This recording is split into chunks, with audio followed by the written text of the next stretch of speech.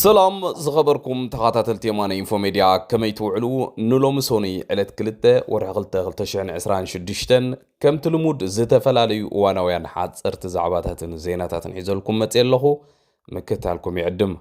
قدمي ناب مدباتي محلافي كبرات تخاطاتلتي حانتي أقداسي تحبري تالاتني إريتريان وومن أورغانيزيشن أب حبرات مقسات أمريكا شادشاي عامتاوي كونفرنسو نعلت شوعاتة ورح غلطة 2026 ኣብ ዋሽንግተን ዲሲ ከካይድ ምዃኑ ኣብዚ ሓበሬታ ተዘርጊሑ ኣሎ በዛ ኣጋጣሚ ኣብቲ መደብ ጌስት ስፒከር ኮይና መደብ እተቕርብ ሓፍትና ሰላም ኪዳነ ምስ ካልኦት መሳርሕታን ኣብዚ ዕለት እዚ ብሓባር ክንውዕል ኢለን ዕድመ ቅሪበናልኩም ኣለዋ ስለዚ ነዘን ሞተር ቃልስናን ነዘን ተሳተፍቲ ናይ ቃልስናን ዝኾና ደቂ ኣንስትዮ ኣሕዋትና ኩሉ ግዜ ኣብ ጎነን ኮይና ክነተባብዐን ኣብ ዘዳልኦ መደባት እውን ተሳተፍቲ ክንከውንን በዚ ኣብ ዝተቐሚጡ ዘሎ ኣድራሻ ኣብ ዋሽንግተን ዲሲ ቆፀራኹም ይኹን ብቐዳምነት ዘቕርበልኩም እምበኣር ክቡራት ተኸታተልቲ ኣብ ዝሓለፈ እዋን ኣብዚ ብተደጋጋሚ ክንገልጾን ክንጠቕሶን ዝጸናሕና ኣብ 2018 ውልቀ መላኺ ኢሳያስ ኣፈወርቅን ናይ ኢትዮጵያ ፕራይም ሚኒስተር ኣብይ ኣሕመድን ኣብ ስዑድ ዓረብ ሓደ ስምምዕ ፈሪሞም ነይሮም እቲ ስምምዕ እንታይ ከም ዝኾነ ኦልሬዲ ኩሉ ህዝቢ ዝፈልጦ እኳ እንተኾነ ኮይኑ ግን ኣብቲ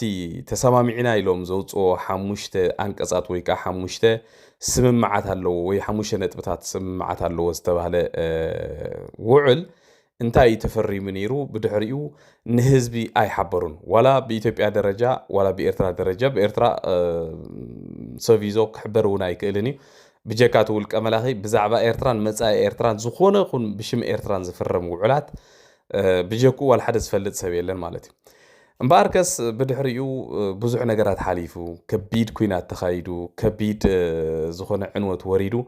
اتي امونغو زم كلت اكلات تخايدو زنبر سممعون حدا وان ن 3-4 عام زخون تقعيزو نير مالتي أموداتا تذكر إن حركينكم أب موداتا 2022 دحر زخلو كوينات مستقبرة وعل بريتريا تباهيلو بنا أوروبا حبرات أمريكان كالوت هاجرات دفئت مستقبرة بقدامنت والكملاخي إسياس أفوركي أب معكنا زينا بموزا على محتات جيرو حركان بستحوصهم من جدي أب توانت انتايلو نيرو تخوليفنا زبل حدا زربا اسمعي نيرو مالتي حجي إسياس دا انتاي تخوليفو توانتي نزبل كلت عبيت نجاراتي تخوليفو مالتي حدا قداماي اب تግራይ بحصيرو تግራይ ዝبሃል እቲ ህዝቢ ምናልባት ከም ህዝቢ ንኩሉ ብሙሉ ምጥፋእ ገለ ዘይኮነ ብሙሉ ኤሊት ምሁር ዝبሃል ናይ ትግራይ እቲ መራሕቲ ዝبሃሉ ናይ ትግራይ ብሙሉ ደምሲስካ ነታ ትግራይ ትبሃል ክልል እውን ናብ ዝተፈላለዩ ክፋላት መንዚዕها ትግራይ ዝبሃል ነገር ከም ዘየለ ብድሕሪኡ ንምግባር ይተቀዳማይ ዕላማ ነይሩ እቲ ካልኣይ ዝተኾለፈ ዕላማ ድማ ተዛዓበየን ካልኣይን ኣብ መንጎ ኢትዮጵያን ኤርትራን ኣብ 2018 ሓደ ስምምዕ ተፈሪሙ ነይሩ ማለት እዩ እዚ ስምምዕ እዚ ከዓ ዘን ክልተ ሃገራት እዚአን ናብ ሓደ ንኽመጻ ውልቀ መላኺ ኢሳያስ ኣፈወርቂ ፕረዚደንት ናይ ኢትዮጵያ ንኸውን ፕራይም ሚኒስተር ኣብይ ኣሕመድ ከዓ ከም ፕራይም ሚኒስተር ኮይኑ ነቲ ሃገር ንኸመሓድርዋ ተሰማሚዖም ነይሮም እዮም እዚ እምበኣር ንሕና بجمتنا وين تاي تسامعهم كونوا قلبت وانتي إذا كله بحبار كسرهم زغالة بحبار كوينات كجبرهم زغالة كساب كندتي أبكدمي حزب وصيوم officially عصبينا خدم مقال قبل خلو نقدم منستر إثيوبياون إيرترا وكيل زخون اسم معتنا جبر وكيله له قبل كله الكملاخي سياسة فرقي كساب كندينا يوم كسقوم إلهم تأمامين مزارب وزلوا زبل بزح زرباتات نيرو حجم بقر أبز سومونزي ኣብ ኣሜሪካ ሓደ ዝተዘርግሐ ሓደ ምስጢራዊ ዶኩመንት ኣሎ ኤፕስቲንሽታይን ዝበሃል ሓደ ኣሜሪካዊ ሓደ ሃብታም ኣሜሪካዊ ቅድሚ ሕጂ ኣብ ኣሜሪካ ብዙሕ ሃብቲ ዝነበሮ ምስ ኣዝዮም ብዙሓት ሰበስልጣንን ሃብታማትን ከምኡውን ናይ ዓለምና ዝተፈላለዩ ሰበስልጣን ናይ ካልኦት ሃገራትን ርክብ ዝነበሮ ሰብ ማለት እዩ እዚ ሰብ እዚ ንብዙሕ ዓመታት ኣብቲ ንሱ ሰርሐሉ ዝነበረ ትካል ኣዝዩ ብዙሕ ዶኩመንታት ናይ ኣዝዮም ብዙሓት ሃፍታማት ነጋውስ ፍሉጣት ሰባት ኮታ እዚኦም ብሙሎም ፍሉጣት ሰባት ዶኩመንታት እንዳኣከበ ይጸኒሑ እቲ ቀንዲ ነዚ መግበሩ እዩ ምክንያት ድማ እዚ ሰብ እዚ ኣብ ልዕሊ ትሕቲ ዕድመ ደቂ ኣንስትዮ ዓመጻት ዝገብር ዝነበረ ሰብ እዩ ካልኦቱን ብዙሓት ሃፍታማትን ፍሉጣት ሰባትን ኣብቲ ናቱ ዝነበረ ሰርክል እትዩ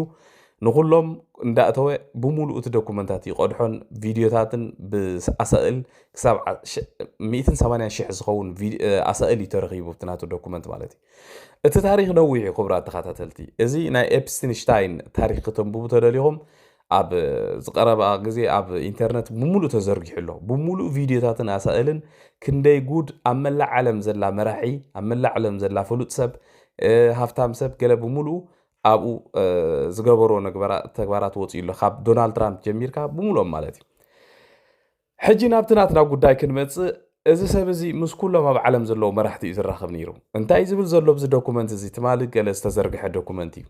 ኣብ 2018 መራሕቲ ናይ ኤርትራን ናይ ኢትዮጵያን ክልቲኦም ፕረዚደንታት እዩ ዝብሎም ኣብ ስዑድ ዓረብ ተራኺቦም ኣብቲ እዋንቲ ምሳይ ተራኺቦም ነይሮም ይብል እንታይ ኢሎም ተፈራሪሞም ይብል ኣሜሪካ እቲ ትዕዘብ ነይራ መንጎኛ ስዑድ ዓረብ ነይራ ይበሃል ግን ኣሜሪካ ትካታተሎ ነይራ እንታይ እዮም ተሰማሚዖም ምስ ቻይና ድሕሪ ሕጂ ዝኾነ ይኹን ርክብ ንኸይህልዎም ተሰማሚዖም ልዕሊ ዝኾነ ግን ክልቲአን ሃገራት ኤርትራን ኢትዮጵያን ሓደ ናይ ምዃን ተኽእሎ ኣለወን ኢሎም ኣብቲ 2018 ዝነበረ ስምምዕ ከም ተፈራረሙ ኣብዚ ፋይል ዝወፅእ ኣሎ እዚ ንሱ እቲ ኢሜይል ናብ ሓደ ሰብ ይሰዲድዎ እቲ ብፀሊም ተጻሒፉ ዘሎ ከም ትሪእዎ ዘለኹም ናይቲ ውልቀ ሰብ ኢሜይል ስለ ዝኾነ ማለት ናይ ፕራይቬት ሰብ ስለ ዝኾነ ኣይ ገንጸልዎ ናይ ምን ምዃኑ ማለት እዩ ኮይኑ ግን ኣብ 2018 እዚኣ ተሰማሚዖም ከም ዝነበሩ ተቃሊዑ ኣሎ ንብለኩም እዚ ከቢድ ምስጢር እዩ ብዙሕ ምስጢራት እውን ኣሎ ብዓብዩ ግን ኣነ ናተይ ተስቢተይ ኣብ ዝሓለፈ እዋን ዝክርቶ ኮይንኩም ፕራይም ሚኒስተር ኣብይ ኣሕመድ ከምዚ ተሰማሚዕና ነርና ኢሉ ብሽፍኑ ጠቂስዎ ነይሩ እንታይ ኢለኩም ነይረ ግን ውዒል ሓዲሩ እታ ኣብ ስዑድ ዓረብ ዝተሰማምዑላ 2018 ስምምዕ ብምልእታ እንተስ ብኤርትራ እንተስ ብኢትዮጵያ እንተስ ብዝኾነ ይኹን ኣካል ክትወፅእ ምዃና ርግፀኛታት ኢና ኢለኩም ስለዚ ኢና ድማ ንብል ውልቀ መላኺ ኢሳያስ ኣፈወርቂ ካብ ኣዲስ ኣበባ ዩኒቨርሲቲ ካብ ዝኾነ ናብ ሳሕል ክወርድ ከሎ ጀሚሩ ክሳብ ዛ ሰዓት እዚኣ ሓንቲ ኢትዮጵያ እምነቱ ሓንቲ ኢትዮጵያ መራሒ ናይዛ ሓንቲ ኢትዮጵያ ንምዃን ዘለዎ ሕልሚ ድማ ስቲል ክሳብ ሕጂ ኣይሞተን ምናልባት ሕጂ ተስፋ ቆሪፁ ዝለንቅነ ክገብሮ ዝቐነየ ፀርፍን ካልእ ነገራትን ተስፋ ቆሪፁ ክኸውን ይኽእል እዩ ክሳብ ዝቐረባ ግዜ ግን ፈፂሙ ተስፋ ቆሪፁ ኣይፈልጥን እዩ ብዛዕባ ኤርትራ ከዓ ሓንቲ መዓልቲ እውን ትኹን ተገዲሱን ሓዚኑን ኣይፈልጥን እዩ ንሱ ዘደሊ ጥራሕ ንኤርትራ ከም ሓንቲ ጅሆ ሒዙ ምስ ኢትዮጵያ ፀንቢሩ ኣብ መወዳእታ እታ ዝደልያን ዝሓልማን ዓባይ ኢትዮጵያ መራሒ ኮይኑ ኣብኣ ንክመውት ኣብኣ ታሪኹ ንክገድፍ እዩ ናቱ ሕልሚ ነይሩ ማለት እዩ እዚ ዝገርም ነገር እዩ ማለት ብዙሕ ኤርትራዊ ይፈልጥ እዩ እዚ ኢሳያስ ከምኡ ዓይነት ዕላማ ከም ዘለዎ ብዙሓት ግን ከምኡ ኢልካ ክትዕልሎም ከለኻ ድራማ ዝመስሎም ሰባት ኣይሰኣኑን እዮም እሞ ከድኩም ኣብዚ ናይ ዓለማት ሕጂ ሓድሽ ተዘርጊሑ ዘሎ ምስጢራት ኣብዚ ንሄለኩም ከተንብቦ ትኽእሉ ኢኹም ክብለኩም ብምቕፃል ዘቕርበልኩም ክቡራት ተኸታተልቲ ትማሊ ኣብ ሃገረ ስዊዘርላንድ ሓደ ሰሚናር ድዩ ኮንፈረንስ ድዩ ሕቡእ ኣኼባ ድዩ እንታይ ኢና ክንብሎ ንኽእል ተኻይዱ ነይሩ እዛ ትሪእዋ ዘለኹም ስእሊ ራእይዋ ኢኹም ሕጂ ኣብዛ ስእሊ እዚኣ መን እንትሪእዩ ኣለኹም መስለኩም ናይ ስምረት ምንቅስቃስ ኤርትራውያን ኣብ ቦምበር ዝነበረ ሕጂ ቦምበር ዲ ዘሎ እንታይ እዩ ክርዳእካ ይክእልኒ ተስፎ ፅባሃ ዝበሃል ውልቀ ሰብ ኣለዎ ምስኡ ዘለዉ ክልተ ሰባት እውን ኣነ ፈልጦም እየ ግን ንዓኹም ብዙሕ ኣገዳስነት ዘለዎም ኮይኑ ይስማዓንን ብዝኾነ ናቱ ኣባላት እዮም ኣብ ስዊዘርላንድ እዮም ዝቕመጡ ሕጂ እዛ ስእሊ እዚኣ ሎማዓንቲ ብዙሕ ሰብ ክዛረበላ ርኤ እዚኦም ሰባት ናይ ስምረት ምንቅስቃስ ዝበሃል ቅድሚ ሕጂ ዓርሞሸሽ ዝኾነ ሓይሊ ኣብ መላእ ዓለም ተጠርኒፉ ካብዚ ሕጂ ብርጌድና ሓመዱ ተባሂሉ ተጠርኒፉ ዘሎ ሓይሊ ካብኡ ንላዕሊ ምናልባት ብቁፅርን ብገለን ዝዓቢ ዝነበረ ሓይሊ ንክመርሑ ኢሎም ዕድል ተዋሂቦም ነዚ ሓይሊ ዝሓንሽሾም ብዘይ ዝኾነ ይኹን ሕፍረት ብዘይ ዝኾነ ይኹን ክስታይ ማለት እዩ ናብ ህዝቢ ተመሊሶም ሕጂ ከዓ ነዚ ዘሎ ምንቅስቃስ ነዚ ዝኸይድ ዘሎ ናይ ብርጌድና ሓመዱ ምንቅስቃስ ንምፍራስ ተበጊሶም ዝመፁ ሰባት እዮም ሕጂ ኣብዚኣ ክነግረኩም ክቡራት ተኸታተልቲ ስምረት ምንቅስቃስ ኤርትራውያን ቅድሚ 8-7 ዓመት ቶታሊ ወዲኡ ዝሞተ ሞይቱ ዝተቐብረ ምንቅስቃስ እዩ እቶም ኣብኡ ዝነበሩ ኣባላት ከቢድ ዋጋ ዝኸፈሉ ኣባላት ብዛዕባ ተብቲ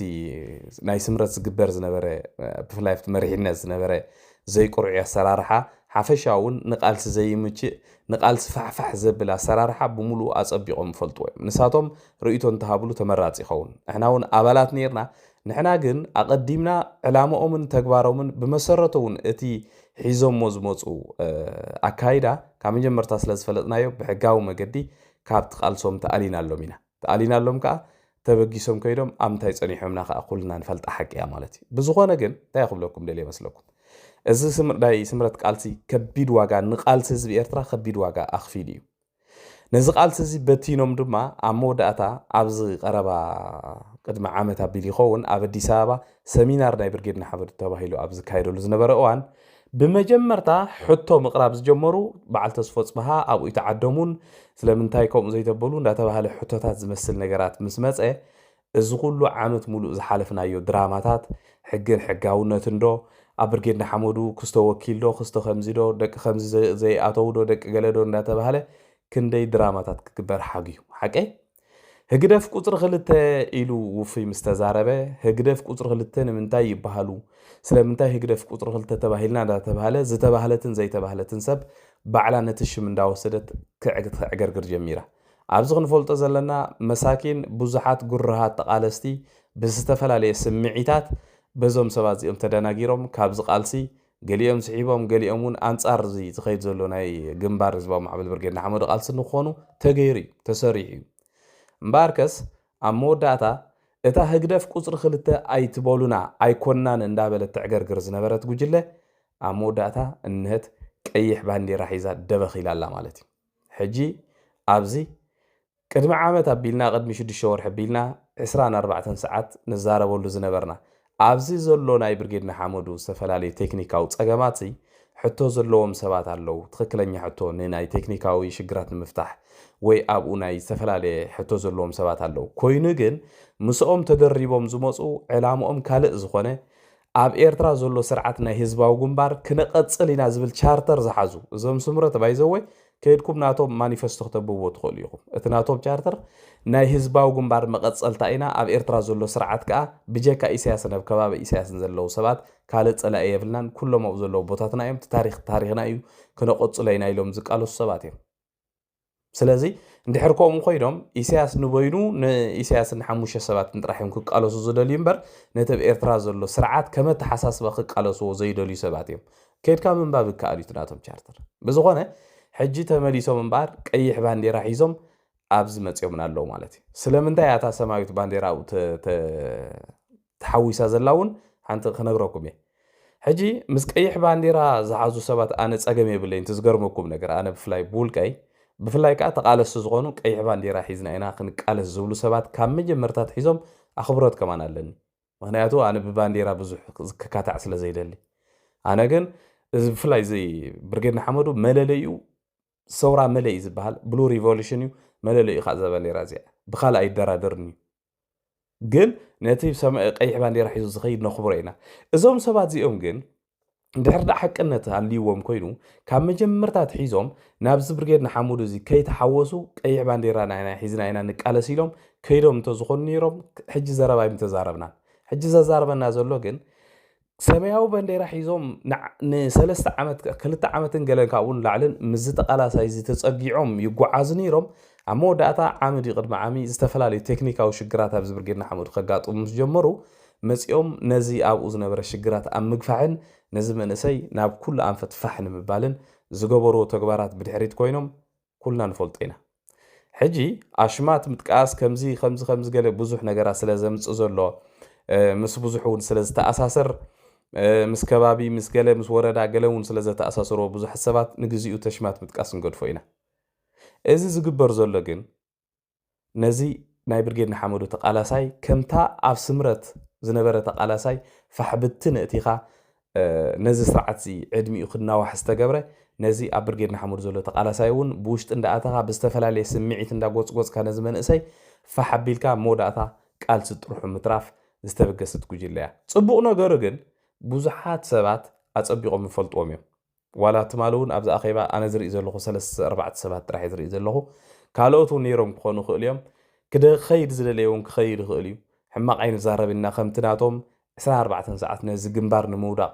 ዝሰርሕዎ ተንኮላትን ክፋእትን ዝነበረ ንሕና ንዖም ንምውዳቕ ሕማቕ ኣይሰርሕ ኢና ሓንቲ ነገር ክብላ ዝደሊ ግን ካብዚ ቃልሲ ናይ ብርጌድ ንሓመዱ ክትርሕቑ እዩ ዘለኩም كتروحوا قلوكم كاب قالسنا برجدنا حمدو علامكم نتصوريو علامنا نتصوريو ببعلامنا خوينا تخابيرنا انتخدنا زحاشو خويني يسمعنا مالت ስለዚህ انا رؤيته زي اي قبل زدلي ካብዝን ላዕሊ بأخبرت رؤيتنا ون ክንህብ ንኽእል ኢና خبرات حوات ኣብ ዝኸይድ ዘሎ ነገር እዚኦም ግን እዚ ኩሉ ኣብ ብርጌድና ሓመዱ ንዓመትን ገለን ዝቐፀለ ዕግርግር ብውሽጢ ዝነበረ ቀዳሞት መራሕቲ ናይቲ ዕግርግር እዚኦም ምዃኖም ባዕለይ ክነግረኩም ብምቕፃል ዘቕርበልኩም ክቡራት ተኸታተልቲ ኩነታት ኣብ ትግራይ ዝነበረ ኩነታት ወይ ከዓ ዘሎ ሎማዓንቲ ዝሰማዕኹም ሓደሽቲ ሓበሬታታት ሕፅር ሕፅር ዝበሉ ደስ ዝብሉ ናይ ሎማዓንቲ ዜናታት ኣለዉ ሓፈሻዊ እቲ ቅድሚ 2 መዓልቲ ኣብ ዝተፈላለዩ ክፋላት ናይ ትግራይ ዝነበረ ጎነፃት ደው ኢሉ ኣሎ ዳርጋ ደው ኢሉ ኣሎ ክበሃል ይከኣል ተኾነ ሎማዓንቲ ዝሰማዕናዮ ኣዝዩ ዝሕዝን ዜና እውን ኣሎ ካልእ ኣብቲ ትማሊ ሰራዊት ናይ TDF ኣትይዎ ዝነበረ ከባቢ ጸለምቲ ዝነብሩ ተጋሩ በቶም ኣብኡ ዝነብሩ ዕጡቃት ድሕሪቶም ናይ ሰራዊት TDF ካብቲ ቦታ ምውፅኦም 7 ሰባት ከም ተረሸኑ ኣብ ዝተፈላለየ ማሕበራዊ ሚድያ ክፀሓፉ ኢሉ ኣሎ እዚ ከጋጥም ዝኽእል ነገር እዩ ትጽበዮ ነገር እዩ ምክንያቱ ኣብኡ ዘለዉ ዕጡቃት ኣዝዮም ጨካናትን ኣዝዮም ድሑራትን ዝኾኑ ዕጡቃት እዮም ኣብኡ ዘለዉ ርዱእ ነገር እዩ ከምኡ ክገብሩ ከም ዝኽእሉ ማለት እዩ بخالو مداي تي تقاريص زنبره ناي بررا ካብ አዲስ አበባ ናብ ዝተፈላለዩ ከተማታት ናይ ትግራይ ጽባሕ ሶሉስ ክጅምር ምዃኑ ተስፋታት ኣሎ ብዙሓት እውን ክጅምር ምዃኑ ብርግጽ ቲኬት ዝቆረጹ ሰባት እውን ይዝርግሑ ከም ዘለዉ ሰሚዕና ኣለና ማለት እዩ እውን ሓደ ደስ ዝብል ኣወንታዊ ዜና እዩ ካልእ ደስ ዝብል ዜና ድማ እዚ ኣብ ዝሓለፈ ሳምንታት ኣብ ትሕቲ ቀይዲ ዝጸንሐ ጀነራል ጉዕሽ ገብረ ዝበሃል ብዋሕስ ተፈትሑ ኣሎ ቢሮ ናይ ጸጥታን ሰላምን ትግራይ ማዓንቱን ኣረጋጊጹ ኣሎ ብዋሕስ ተፈትሑ ኣብ ደገ ኮይኑ ጉዳይ ንኽከታተል ወሲና ኣለና ዝብል ውሳነ እውን ሕሊፎም ኣለዉ ጉዳይ መእሰሪኡ ገለ ዝምልከት ግን ኣብ ዝሓለፈ ቀሪቡ ስለ ዝነበረ ምናልባት ድሕርካ ዝረአዩ እንታይ ክኸውን ትቐጻለ ምዕባለታት ትጽቡቕ ነገሩ ግን ወፂኡ ኣብ ደገ ጉዳይ ክከታተል ብምግባሮም እዚ እውን ሓደ ከም ኣወንታ ክሕሰብ ዘለዎ ነገር እዩ ማለት ኣብ መወዳእታ ዘቕርበልኩም ድማ ክቡራት ተኸታተልቲ ኢትዮጵያ ኣብ ውሽጢ ዓዲ ሕጂ እውን ገንዘብ ባዕላ ክትሕትም ምዃና ሓበሬታ መሓላሊፋ ነይራ ኣብ ዝሓለፈ ሰሙን ሕጂ ድማ እቲ ናይ ኢትዮጵያ ናይ ብር ኖተን ክቕየር ምዃኑ መንግስቲ ኢትዮጵያ ሓቢሩ ኣሎ እዚ ተዝክሮ እንተኾንኩም ቅድሚ ሕጂ ኣብዚ ከባቢ ኩናት ናይ ትግራይ ዝጅመረሉ ዝነበረ ከባቢ 2019 ወይ 2020 ከባቢ ሽዑታት እቲ ኖት ተቐይሩ ማለት እዩ ኣብዚ ሕጂ እዋን ድማ ነቲ ኣብ ኢትዮጵያ ዘሎ ናይ ጸሊም ዕዳጋ ንምቁፅጻር ብዙሕ ነገር ይገብሩለው ብሓፈሻ ግን ብኢትዮጵያ ደረጃ ክሳብ 50,000 ብር ጥራሕ እዩ ሰብ ከውፅእ ዝፍቀዶ ንመዓልቲ ድዩ ዋላ ንክልተ መዓልቲ ብዘይገድስ ከምታት ዝፍቀዶ ዝብል ሓድሽ ሕግታት የውፅለው እዚ ናይ ባንክ ኖት ወይ ከዓ እዚ ገንዘብ ምቕያር ኣብዚ ሕጂ እዋን እንድሕር ደኣ ገይሮሞ መሊሱ ከዓ ልክዕ እቲ ቀንዲ ክህሰ ዝኽእል ኣብ ትግራይ ከባቢ ዘሎ ህዝቢ ማለት እዩ بعبيو تي كاش تساينو زلو انتخونا كن كم تزبالكوهم ازي كم زي جنزبات زقير جلا انتايو نمنتايو خم زقير جلا انتايل كاب مسبوزو حنا جرست أساسري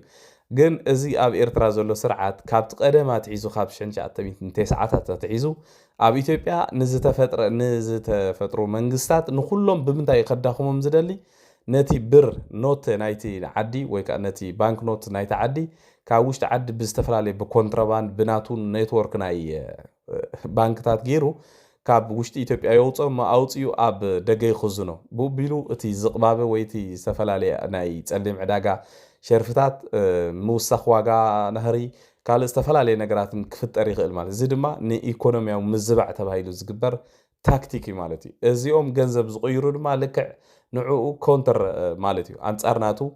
ዝግበር ዝውሰድ ስጉምትታት እዩ ሕጂውን ከምቲ ዝበልኩኹም ኣብ ዝቀረባ ግዜ 5-6 ዝኾኑ ናይ ሓዋላ ትካላት ኣብ ኣሜሪካ ዝመደበሮም ካብኦም 3-4 ናይ ህግደፍ ትካላት ዝርከብዎም ናብ ኢትዮጵያ ዝኾነ ይኹን ገንዘብ ንኸይልኹ እገዳ ተገይሩሎም እዩ ዝሓለፈ እዚ ከም ዝገብሩ ኣብ ውሽጢ ኢትዮጵያ ዘሎ ናይ ባንክ ኖትስ ብሙሉእ ካብ ኢትዮጵያ እንዳጋዓዙ ናብ ካልእ እንዳወሰዱ ነቲ ኣብ ኢትዮጵያ ዘሎ ቁጠባዊ ሽግራት የጋድድዎ ከም ዘለዉ ምስ በፅሕዎ እንታይ እዮም ክገብሩ ዝፍትኑ ዘለዉ ማለት እዩ ሕጂውን ነቲ ባንክ ኖት ቀይርካ ነቲ ካብ ሃገር ወፂኡ ዘሎ ገንዘብ ካብ ጥቕሚ ወፃኢ ትገብሮ ማለት እዩ እዚ ቃልሲ ብሓፂሩ ከምዚ እናገበርካ ትስርዓተ ብኤርትራ ዘሎ ግን ኩሉ ግዜ ስርሑ ኣብ ጎረባብቲ ዘሎ ሃገራት ብኢኮኖሚ ብሜድያ ብገለ እንዳገበርካ ምድኻም ጥራሕ ትስርሑ ማለት እዩ ዝኸበርኩም ሰማዕቲ እምበር ንሎሚ ናይ ምሸት ኣዳልየልኩም ዝነበርኩም መደባት ነዚ ዝመስል ኣብ ዝቕፅል መደብና ክሳብ ንራኸብ ድሓና ምስ እዩ